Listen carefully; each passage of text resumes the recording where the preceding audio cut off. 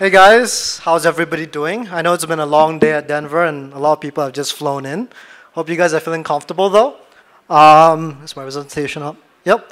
So I'm Zhen. I'm one of the co-founders of Web3 Off, and I'm here to share a little bit more about what applications like Rarible, Skyweaver, or My Crypto Heroes are doing to get like millions of monthly active users on their platforms today.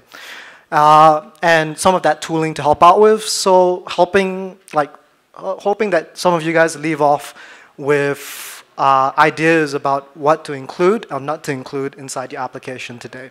And hopefully Web3 Off is one of them as well.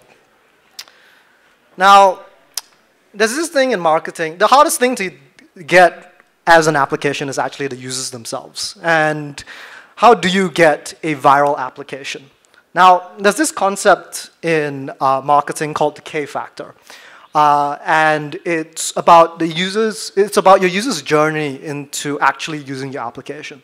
It starts from when your user hears about the application, to when the user onboards into your app, to like engaging with your application, and then eventually sharing your application itself.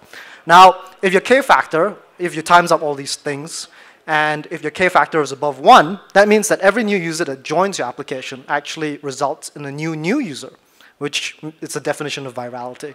If it's below 1, you have to make effort into getting that first user, and then make effort into getting the next subsequent users.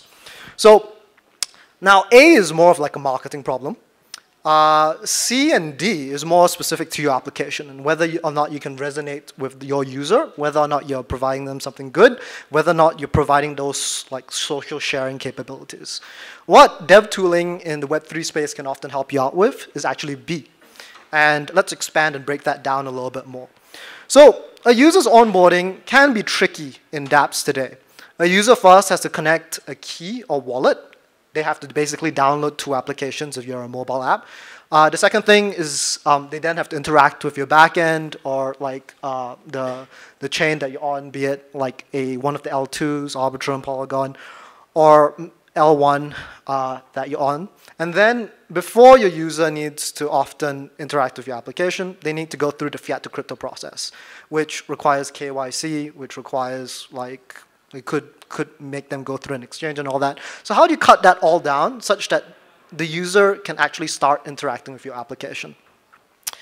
The first step is connecting with your key and wallet. Now, if your application is maybe like a DeFi application, something that somebody is like trying to invest into, MetaMask could work really well, right? MetaMask is, like the de facto standard today and definitely should be integrated into your application. But if your use case is a little bit lower in terms of like, the per interaction use case, if you're building a game or an NFT, your users often won't want to spend that 10 to 15 minute like onboarding process to start using your application. They'd probably stop once you ask them to download something else. So what can we do to make sure that this user onboards into your app? Now, that's Web3 Off. And Web3 Off basically provides that login box on the left. It provides an alternative for a user to use a passwordless or social login to log in and access your application. Now, the first question that we get often when we see this is, how is this implemented? How is this non-custodial? Is this non-custodial in the first place, right?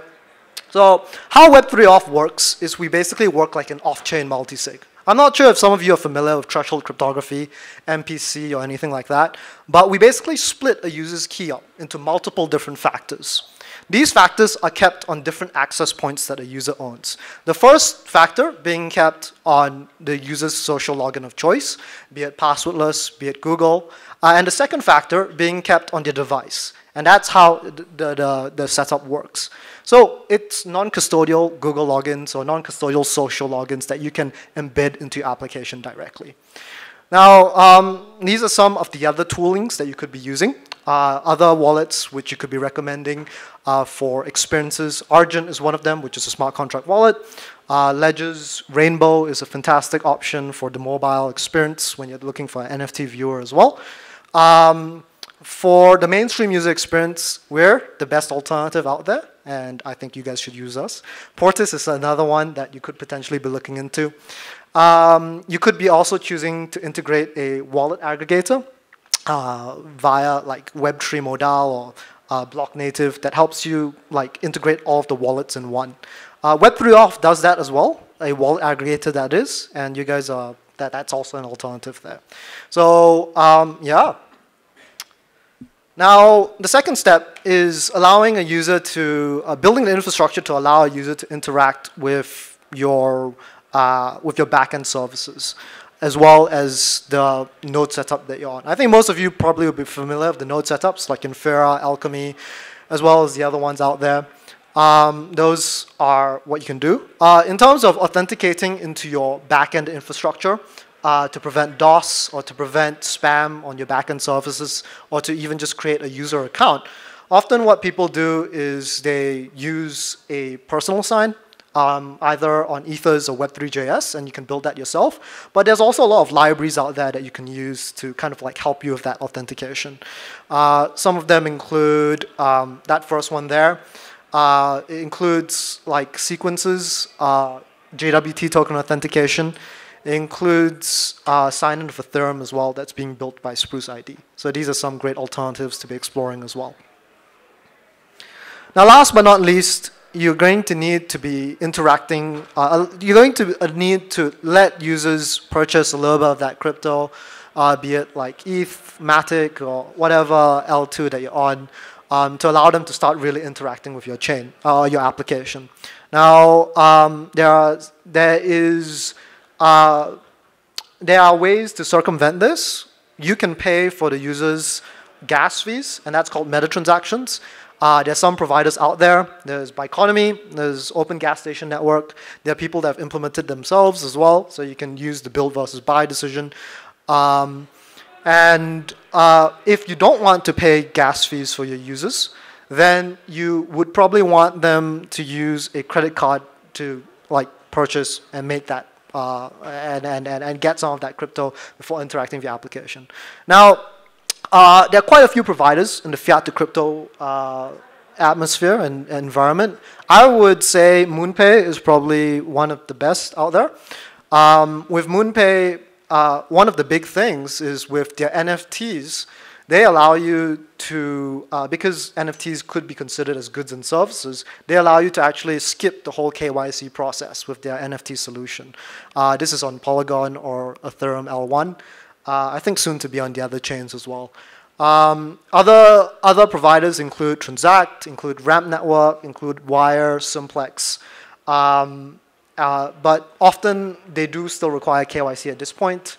We're still evolving when it comes to regulation in crypto, and hopefully we could narrow that down to just skipping KYC in the future, but that's what we have today, and that's kind of like where we are. So there we go.